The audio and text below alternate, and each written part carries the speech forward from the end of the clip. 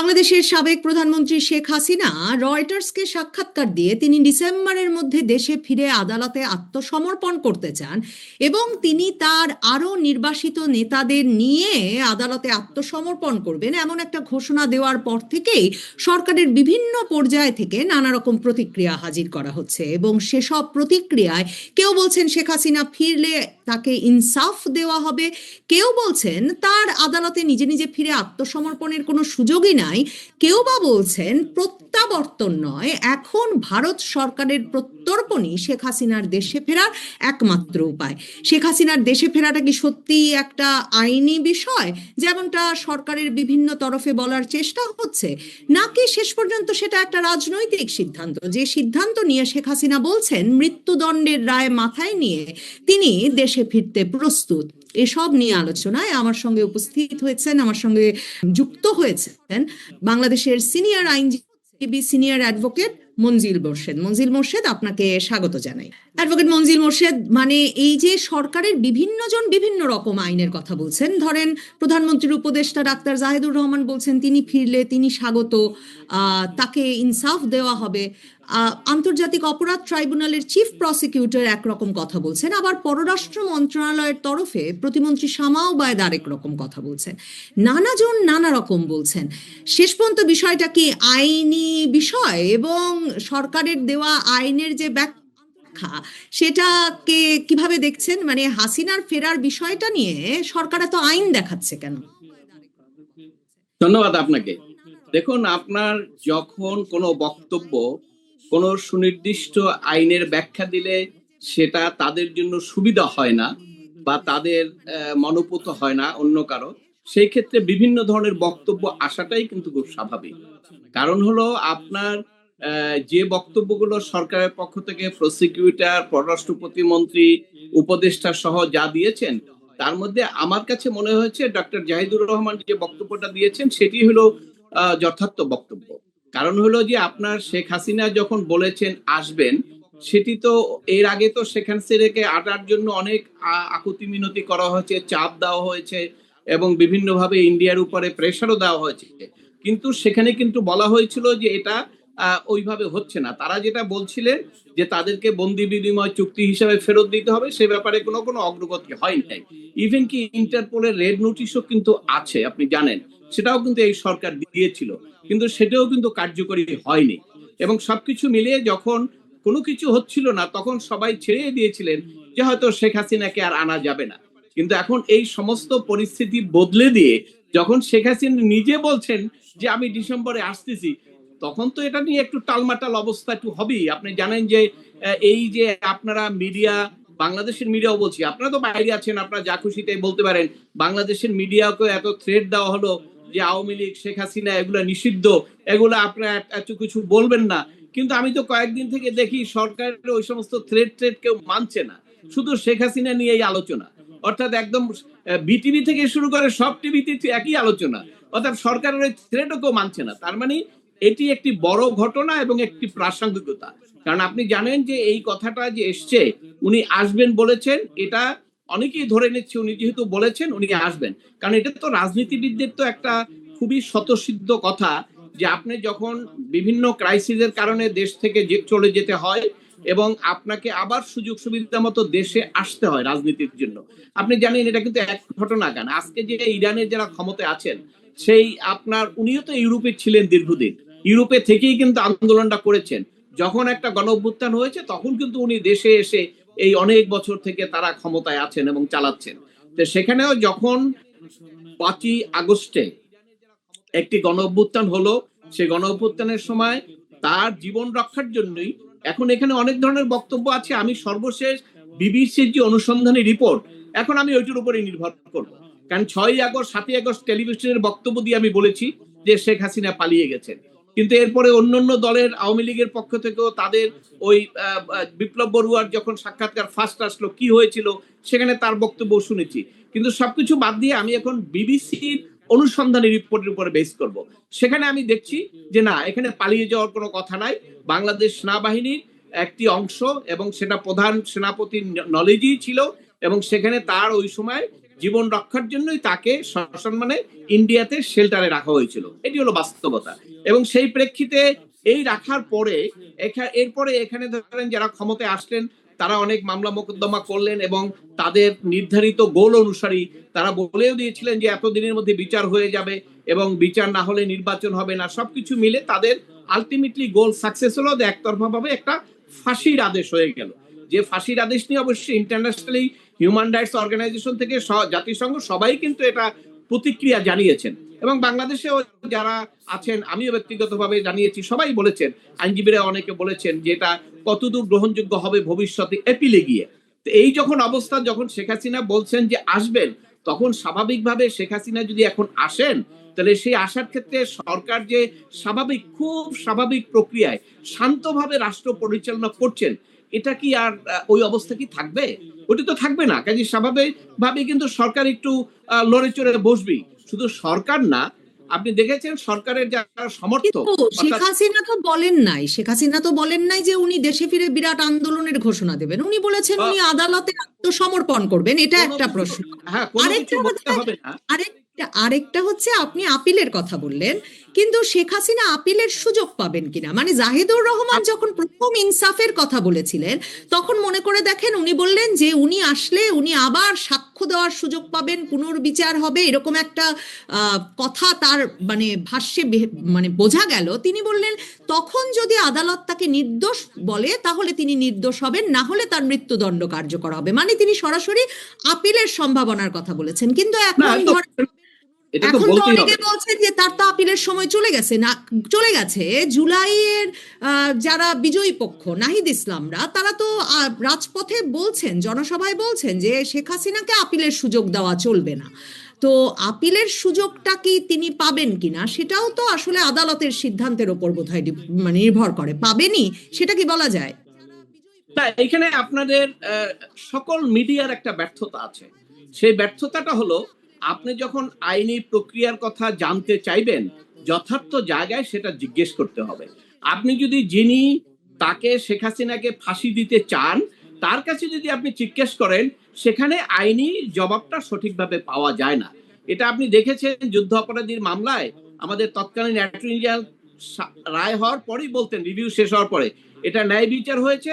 আবার একই সাথে মাহবুব হোসেন যে আসামির পক্ষে ছিল উনি বলতেন আমরা কোনো ন্যায় বিচার পাইনি। এটি হলো রাজনৈতিক বক্তব্য। কিন্তু আপনার মিডিয়া যে ভুলটা করছেন সেটা হলো, জনগণকে যদি সঠিক জিনিসটা জানাতে হয় তাহলে যে সমস্ত আইনজীবীরা, সাংবিধানিক আইনজীবী আছেন, তো এখনো তো বেশ কয়েকজন আছেন যারা এগুলো বিবেচনা করেন, যারা নাকি এখনো বিএনপির প্রেসিডিয়াম মেম্বার হওয়ার জন্য উৎফুল্ল নয়, যারা নাকি এখনো আওয়ামী লীগের প্রেসিডিয়াম মেম্বার হওয়ার জন্য উৎফুল্ল নয়, যারা নাকি জামাতের আমির হওয়ার জন্য উৎফুল্ল নয়, এরকম কিছু ইন্ডিপেন্ডেন্ট আইনজীবী আছে। তাদেরকে জিজ্ঞেস করলে আপনি আইনের ব্যাখ্যাটা পাবেন। এন্ড প্রসিকিউটরকে যদি জিজ্ঞেস করেন, চিফ প্রসিকিউটর আগে যে ছিল আর বর্তমান, ওনারা তো শেখ হাসিনাকে ফাঁসি দেওয়ার জন্য এক পায়ে খাড়া। ওনার কাছে যদি প্রশ্ন জিজ্ঞেস করেন তো উনি ওর বাইরে কথা বলবেন কোত্থেকে বলেন? এটা তো বলার কোনো সুযোগ না। এই জায়গায় আমি মনে করি যে ব্যর্থতাটা সম্পূর্ণ মিডিয়া।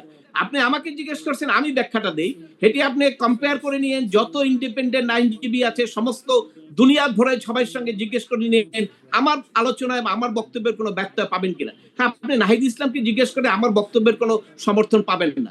আপনি চিফ প্রসিকিউটরকে জিজ্ঞেস করলে পাবেন না।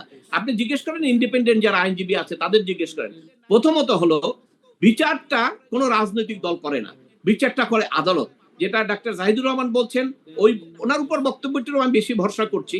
উনি যেটা বলেছেন এটাই যথার্থ, যে একটা রায় হয়ে যাওয়ার পরে আপনি তাকে কিভাবে হয়, কোর্ট তাকে চাচ্ছে তাকে জেলখানায় দেওয়ার জন্য, শাস্তি দেওয়ার জন্য। আর এই কোর্টের পক্ষে, কোর্টের নিজস্ব কোনো কিন্তু অফিসার নাই যে তাকে গ্রেপ্তার করবে। কোর্টের পক্ষে আমাদের দেশে যে প্রচিত আইন, সেখানে কোর্টের পক্ষে কাজটা করে হলো পুলিশ। পুলিশ তাকে গ্রেপ্তার করবে। এখন সে যদি বাংলাদেশে থাকে তাহলে সেক্ষেত্রে পুলিশ তাকে খুঁজবে, না খুঁজলে পাইলে কিন্তু সে পলাতক হিসাবে বিবেচিত হলো।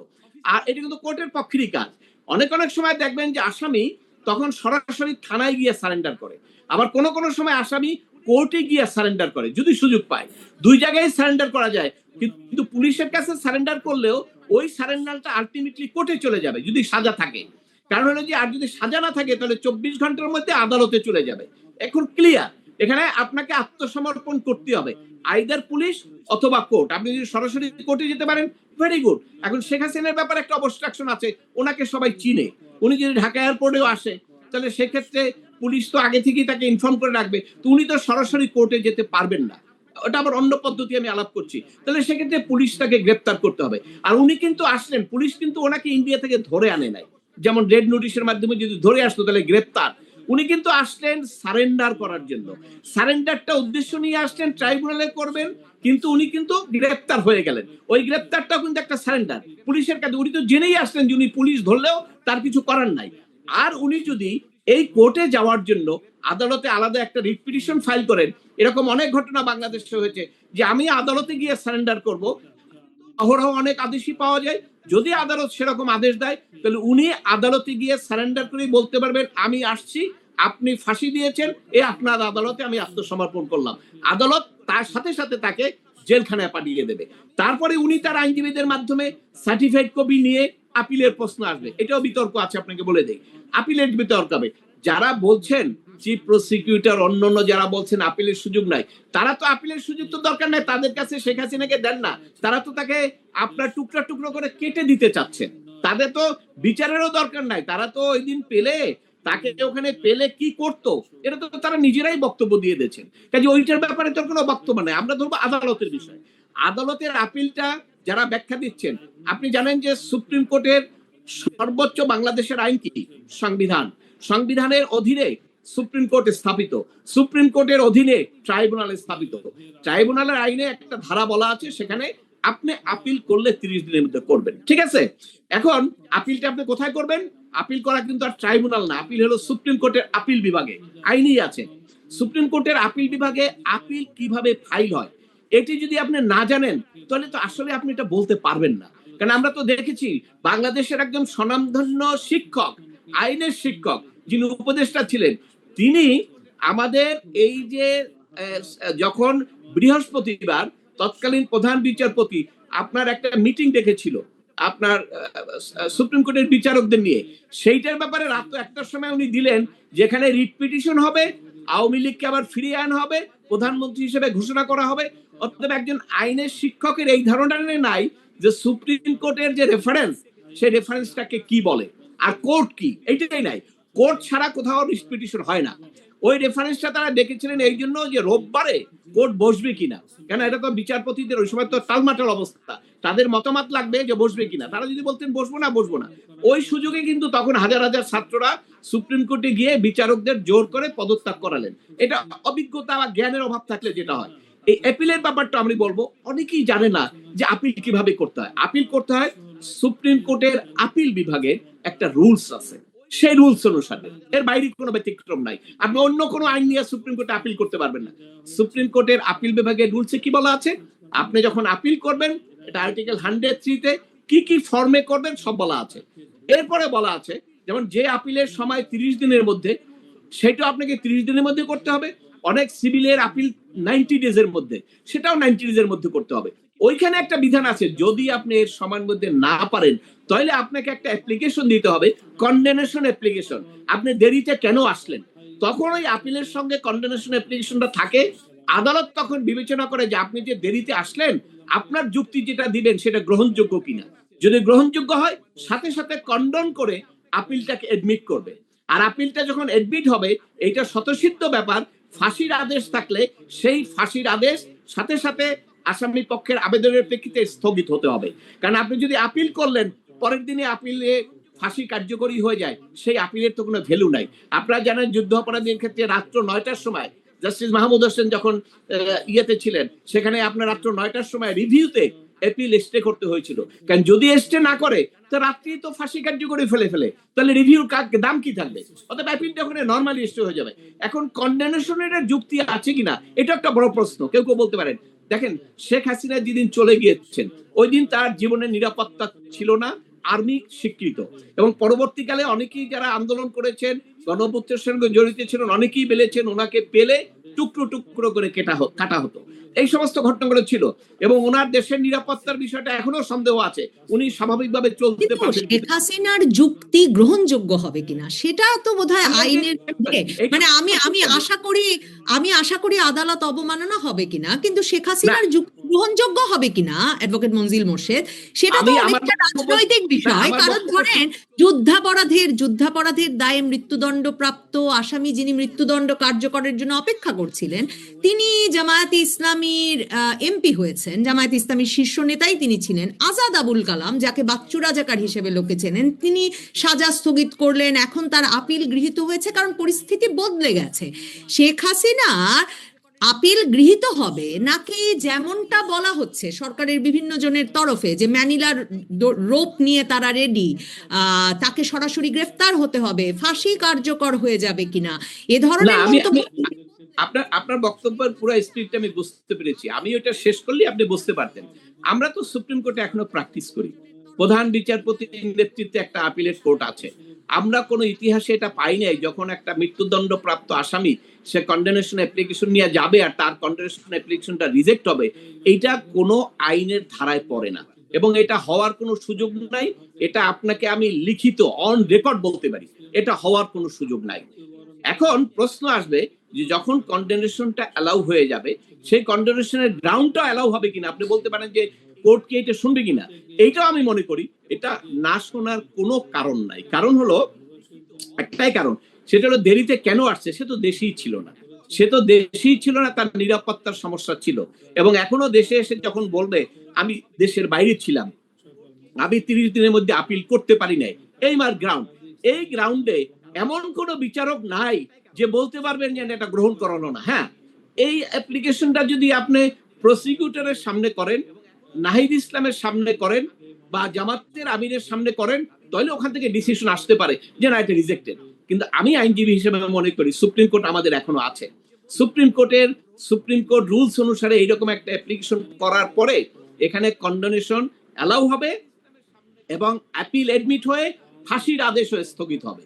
চূড়ান্ত কি হবে সেটা পরের কথা, কিন্তু প্রাইমারি স্টেজ এটিই হবে, এটি বাস্তবতা। এর ব্যতিক্রম হওয়ার কোনো সুযোগ বাংলাদেশের আইনে নাই।